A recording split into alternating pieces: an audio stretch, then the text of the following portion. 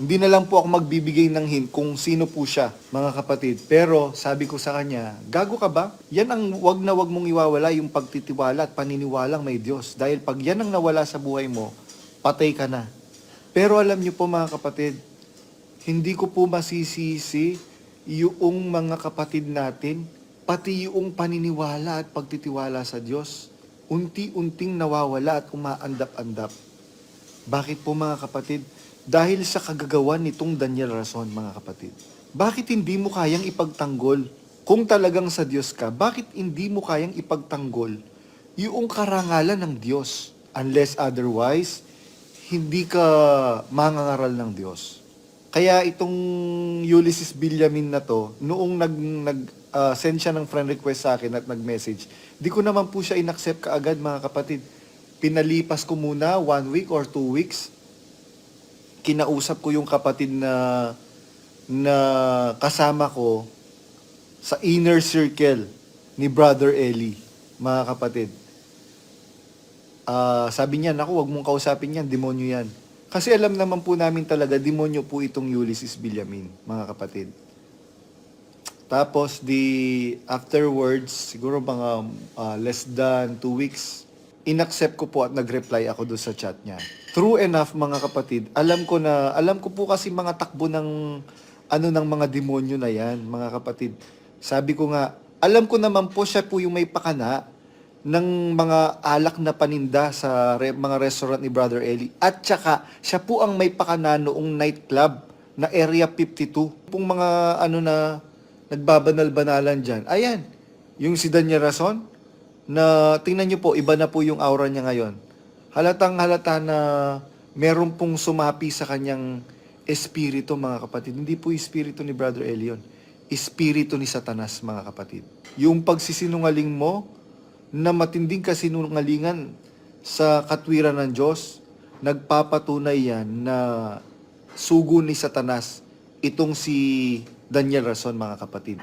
Tandaan niyo po yan, mga kapatid, ang nagpo-promote ng violence, hindi po yan sa Diyos. Nakasulat po yan sa Santiago.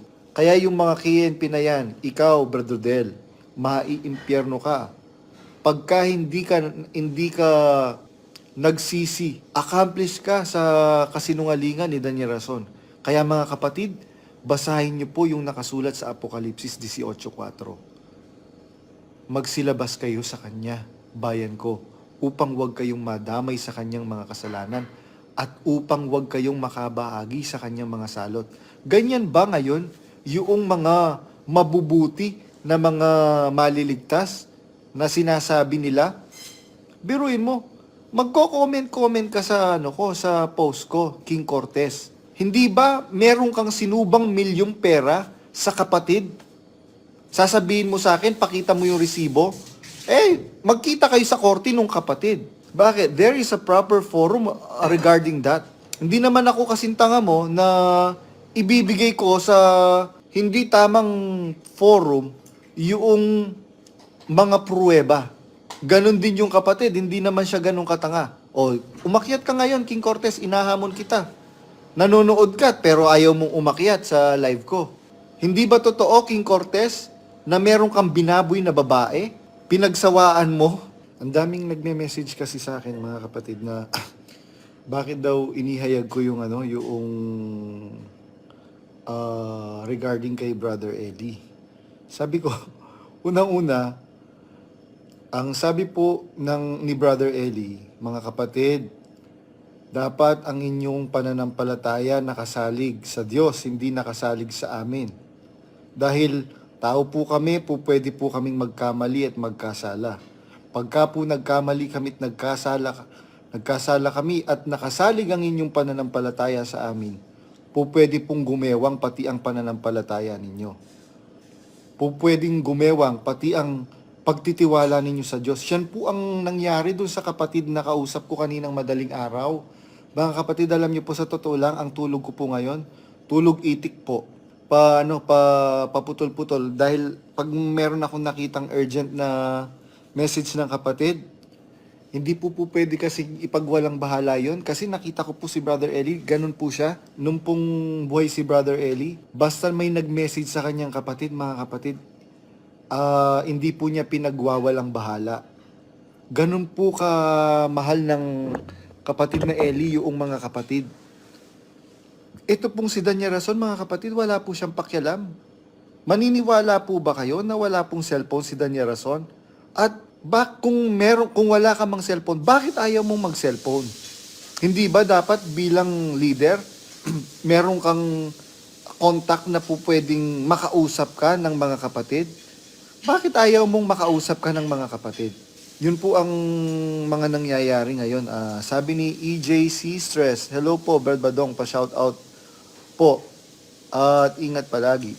Sabi ni Brother Victor Pepito Amogues III, watch party with lokal ng Lapu-Lapu. Yan mga kapatid. Di po ba sabi ko nga po sa inyo, kung ano man yung mga pagkakamali ni Brother Eli, wala akong pakialam po doon mga kapatid. Hindi po yun yung concern ko. Isang bagay ang maliwanag sa isip ko mga kapatid. Naging mabuti akong tao dahil dun sa pagtitiwala doon sa aral ng Diyos na ipinangaral ni Brother Eli. Mga kapatid, kung ano man yung mga naging pagkakamali ni Brother Eli, Diyos po ang mananagot po siya sa Diyos doon. Kaya nga yung kausap kong kapatid, sabi niya kasi, di ko alam kung maniniwala pa ako sa Diyos. Sabi ko po doon sa kapatid, gago ka ba? Yan ang wag na wag mong iwawala sa pagkatao mo yung pagtitiwalang may Diyos. Pinaliwanagan ko po siya. Hindi na lang po ako magbibigay ng hint kung sino po siya, mga kapatid. Pero sabi ko sa kanya, gago ka ba? Yan ang wag na wag mong iwawala yung pagtitiwala at paniniwalang may Diyos. Dahil pag yan ang nawala sa buhay mo, patay ka na. Pero alam niyo po mga kapatid, hindi ko po masisisi yung mga kapatid natin, pati yung paniniwala at pagtitiwala sa Diyos, unti-unting nawawala at umaandap-andap. Bakit po mga kapatid? Dahil sa kagagawan nitong Daniel Rason, mga kapatid. Bakit hindi mo kayang ipagtanggol? Kung talagang sa Diyos ka, bakit hindi mo kayang ipagtanggol yung karangalan ng Diyos? Unless otherwise, hindi ka mangangaral ng Diyos. Ganun lang naman po mga kapatid yun eh.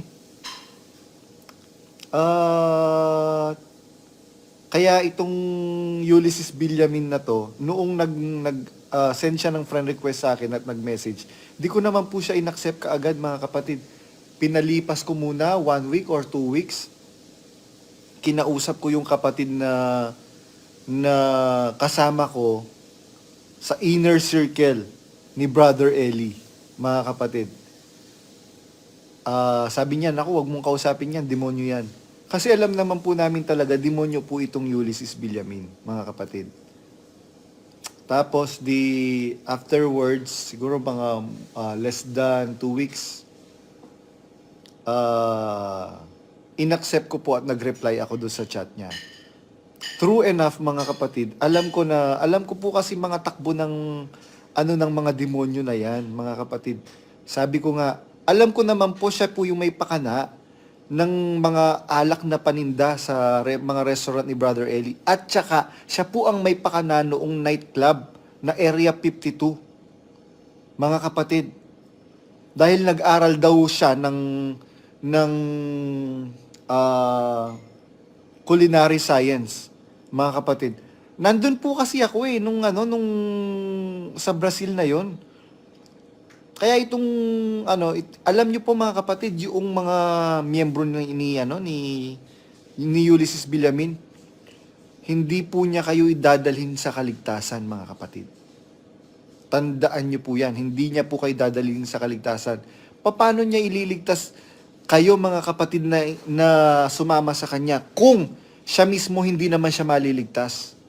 Siya po ang dahilan bakit po si Brother Eli merong mga nagawang pagkakamali.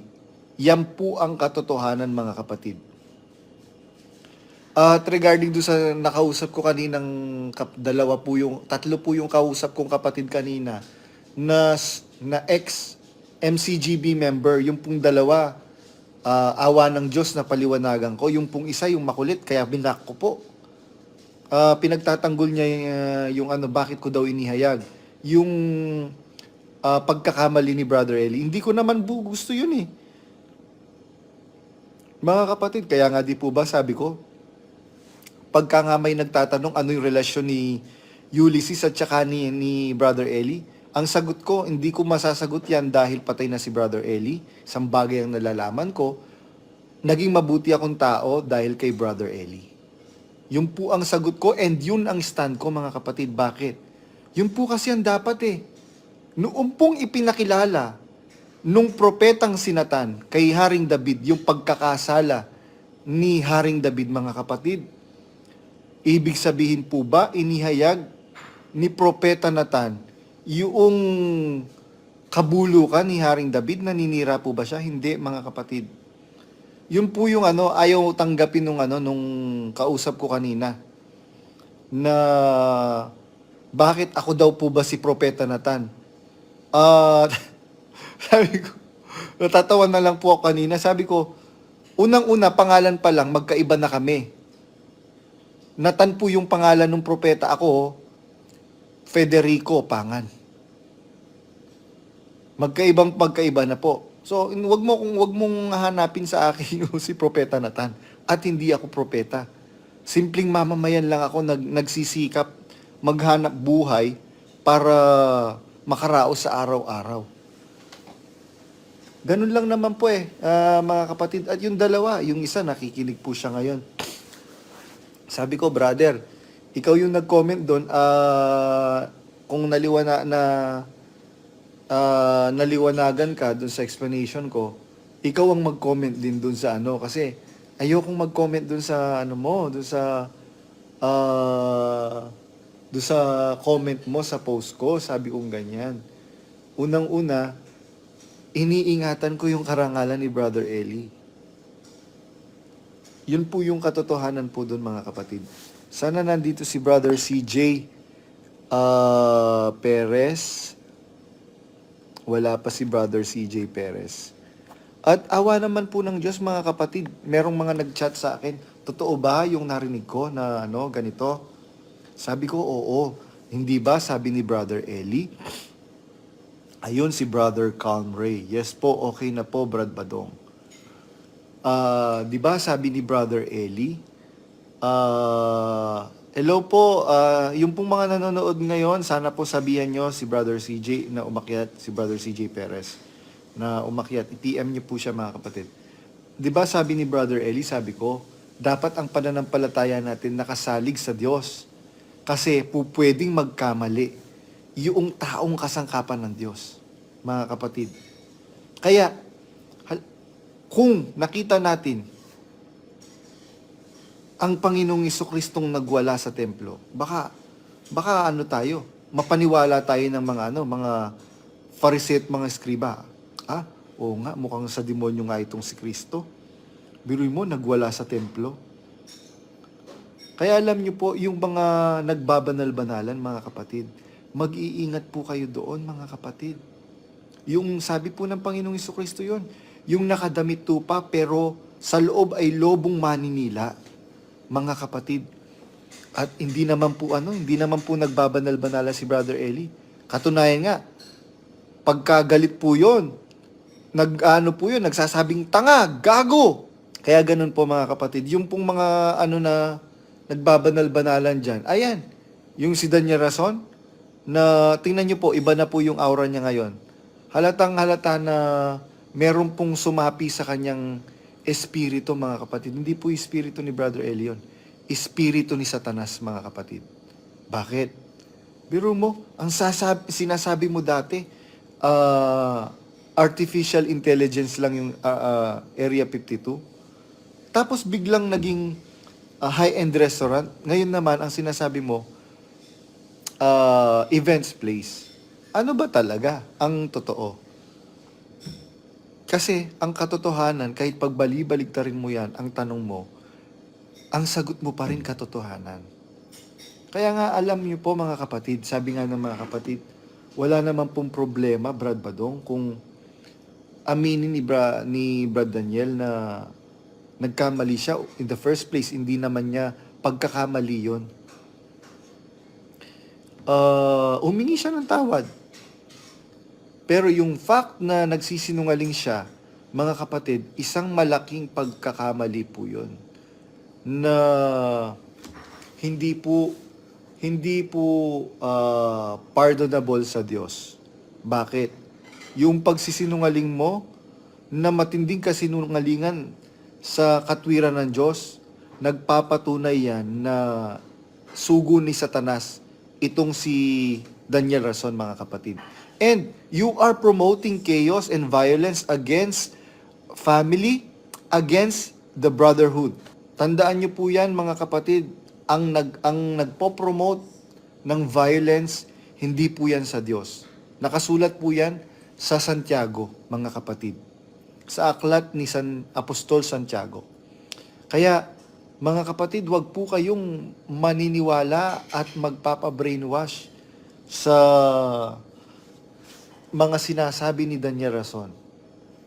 Kaya yung mga KNP na yan, ikaw, Brother Del, maiimpyerno ka. Pagka hindi ka nagsisi, accomplish ka sa kasinungalingan ni Daniel Rason. Kaya mga kapatid, basahin niyo po yung nakasulat sa Apokalipsis 18:4. Magsilabas kayo sa kanya, bayan ko, upang huwag kayong madamay sa kanyang mga kasalanan at upang huwag kayong makabahagi sa kanyang mga salot. Ganyan ba ngayon yung mga mabubuti na mga maliligtas na sinasabi nila? Biruin mo, magko-comment ka sa sa post ko, King Cortez. Hindi ba meron kang sinubang milyong pera sa kapatid? Sasabihin mo sa akin, pakita mo yung resibo? Magkita kayo sa korte nung kapatid. Bakit? There is a proper forum regarding that. Hindi naman ako kasintanga mo na ibibigay ko sa hindi tamang forum yung mga pruweba. Ganon din yung kapatid, hindi naman siya ganun katanga. Umakyat ka ngayon, King Cortez, inahamon kita. Nanonood ka, pero ayaw mong umakyat sa live ko. Hindi ba totoo, King Cortez, na meron kang binaboy na babae? Pinagsawaan mo? Tapos, saan ka kumuha ng karapatan na magbautismo? Inahamon ko nga siyang debate. Magpatong-patong pa sila ni Daniel Rason.